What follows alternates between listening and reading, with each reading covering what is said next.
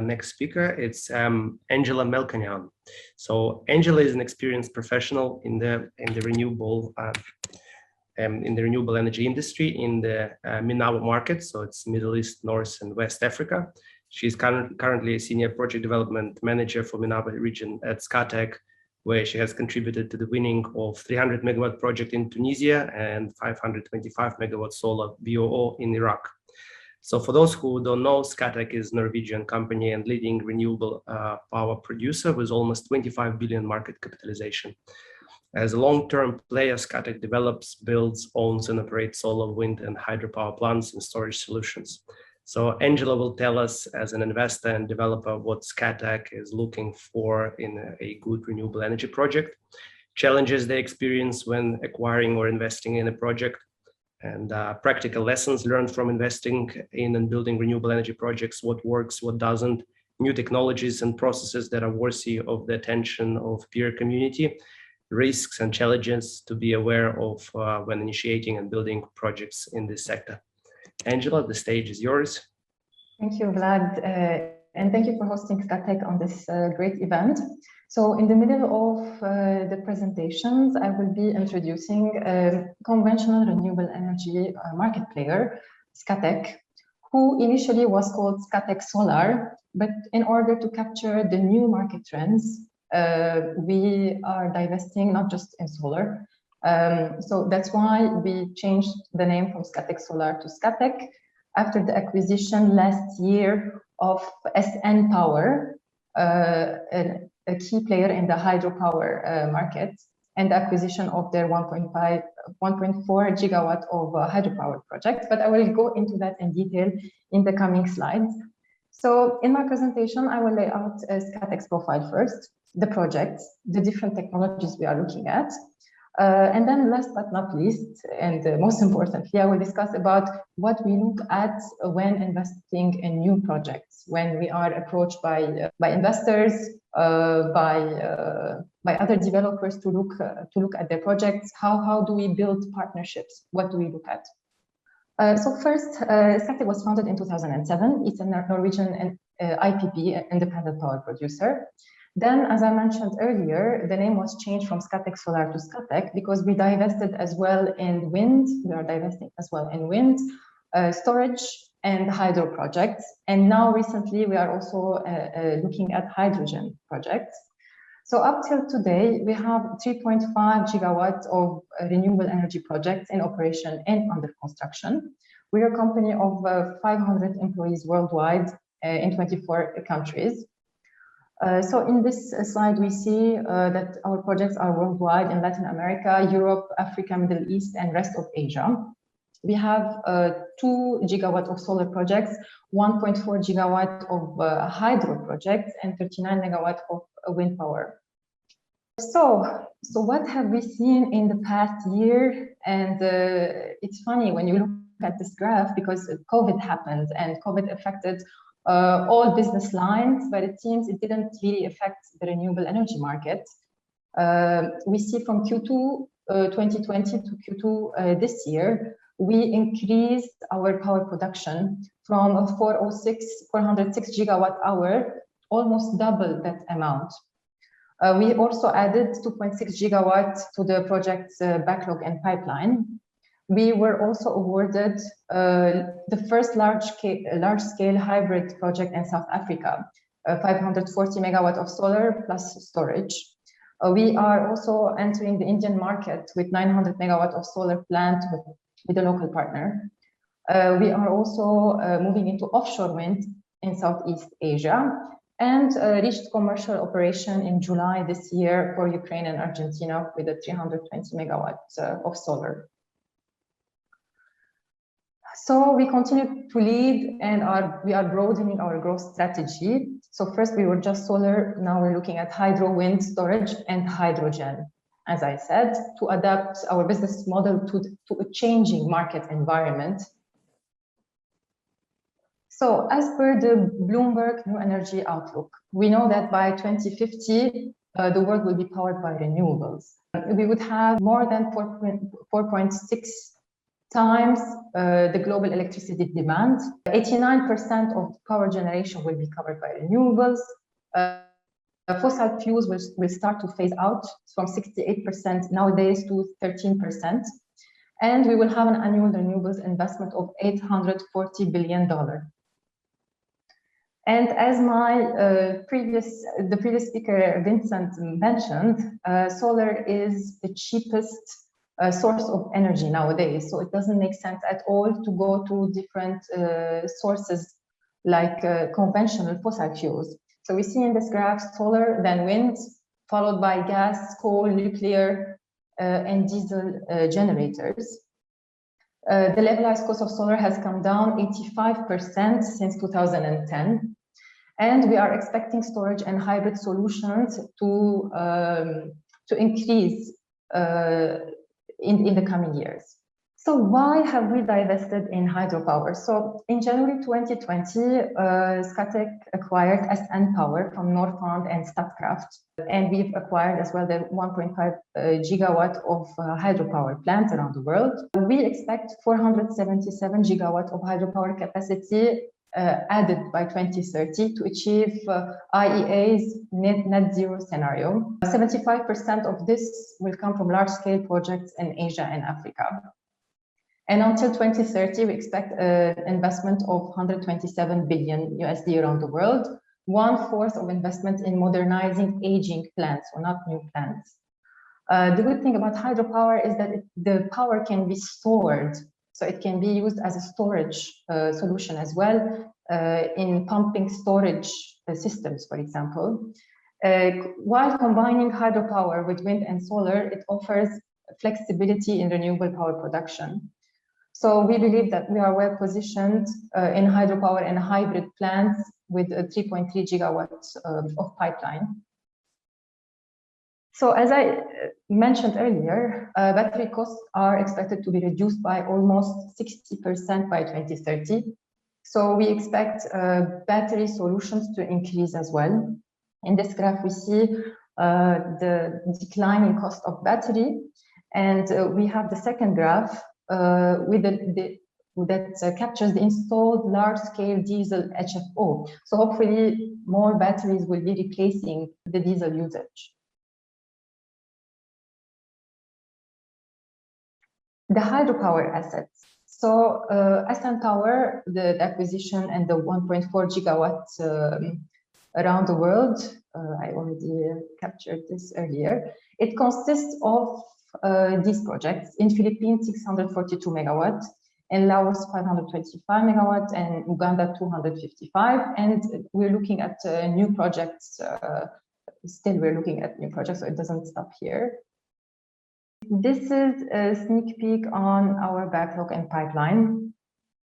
In Latin America, around 2 gigawatts of solar. In Africa and Middle East, in the different technologies, solar, wind, hydro and storage, 6.7 gigawatts. In Europe and Central Asia, 1.3 gigawatt, and Southeast Asia, 4.2 gigawatt of projects.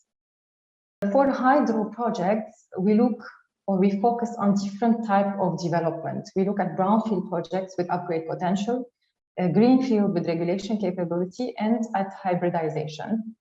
We are also moving into offshore wind in Southeast Asia. Vietnam and the Philippines are currently our key focuses.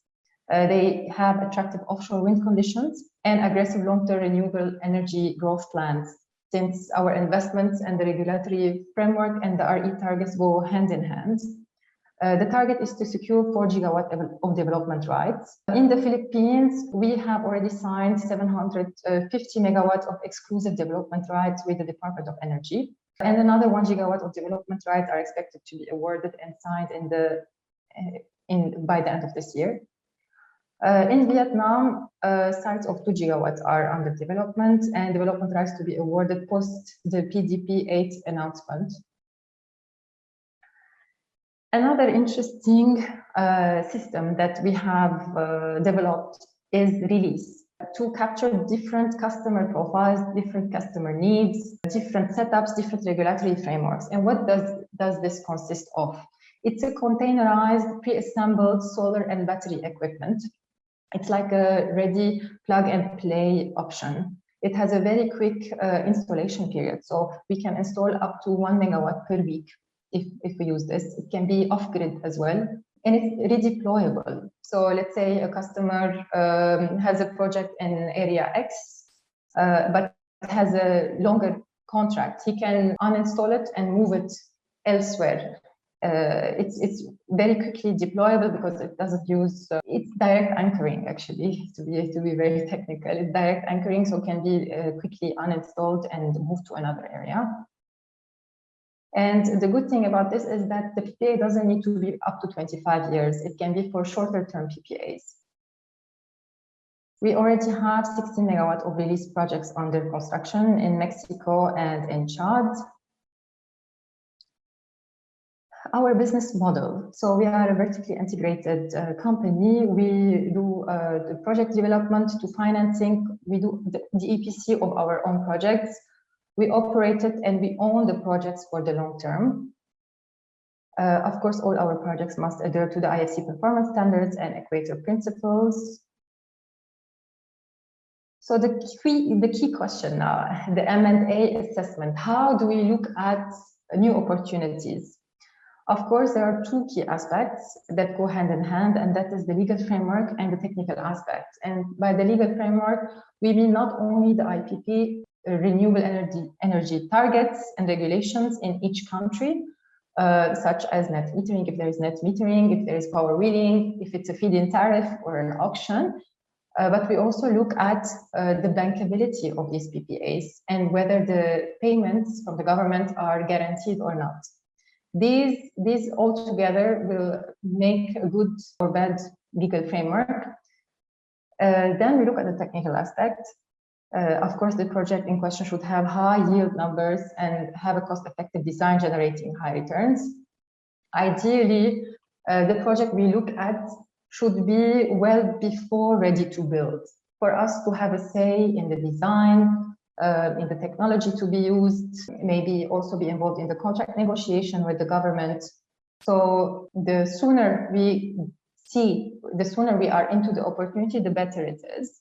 So the legal framework together with the technical aspects will attract good financing term, making the opportunity in question, of course, more attractive. Then challenges. What are the challenges that we face once acquiring a project?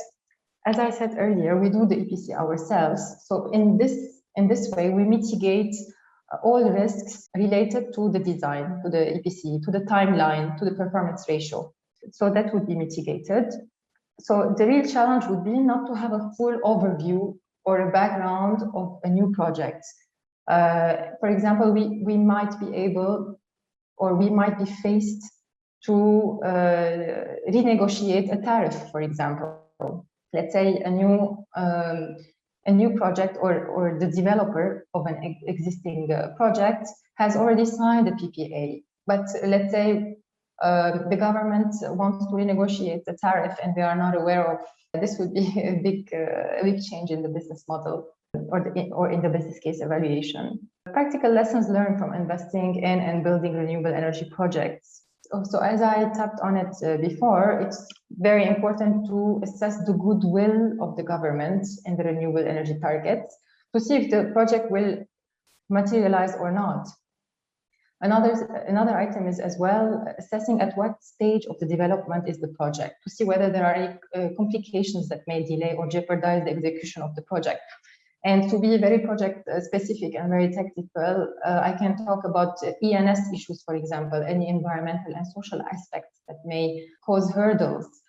In such projects, we need to build long transmission lines, for example, to connect the power plant to the grid. And sometimes, we need to take care of the resettlement of people living under the transmission line, and this may take months and months. So this is one of the aspects that's important aspects that we look at. New technologies worthy of the attention of peer community, and the previous speakers already tapped on this, and it's the green hydrogen, and this seems to be the next big thing. I don't know if maybe you saw the news about 1 month ago, we signed a deal with Fertiglobe in Egypt to supply green hydrogen to their facilities for them to inject green hydrogen in the ammonia production to produce green ammonia. So again, we see that Scatec is divesting in different technologies to capture the market trends. Risks and challenges to be aware of. All of the speakers already talked upon them. I will be more project specific here and talk again about the off-takers' creditworthiness and their bankability. Bankability when we sign such contracts with them. We need to have a look at their payment precedents because that will say a lot about their future payment commitments. PPA risks. We need to be sure that the PPA is well bankable and all risks have been mitigated, as well as the market's renewable energy regulations and the grid saturation as well. I think Vincent as well talked upon this. It's very important to check the grid situation. For example, in Jordan, Jordan set an amazing precedent in the Middle East with regards to the renewable energy, as being the pioneer in the renewable energy in the Middle East, followed by Egypt.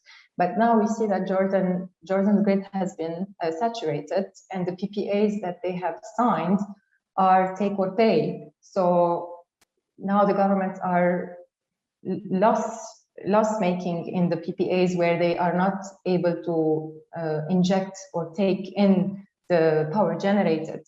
So these are things technical things that we carefully look at and assess before investing in a project in a certain country.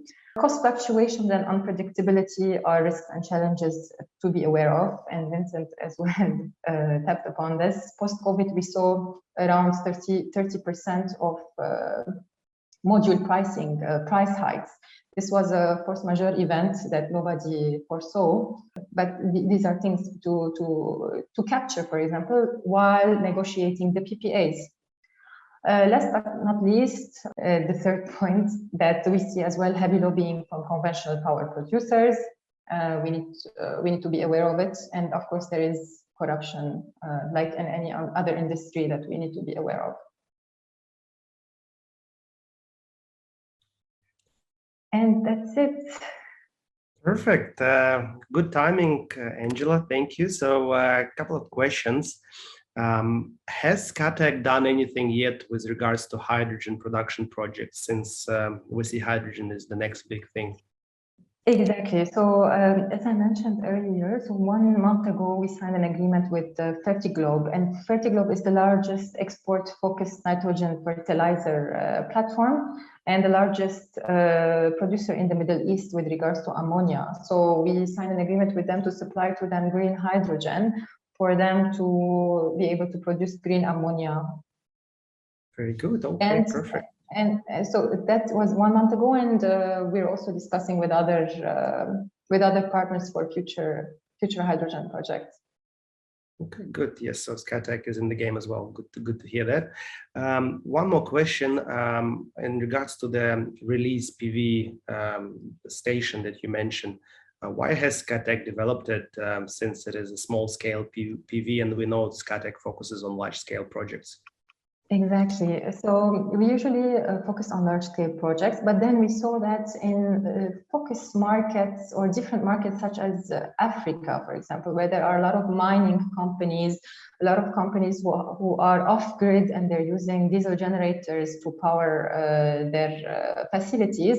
We thought to develop such a solution, so Scatec is becoming like a solution provider and not just an IPP, to help them with their power needs. So during the day, you know, they wouldn't need anymore to use diesel generators. They would be able to power off their, let's say, mining facilities with a release solution.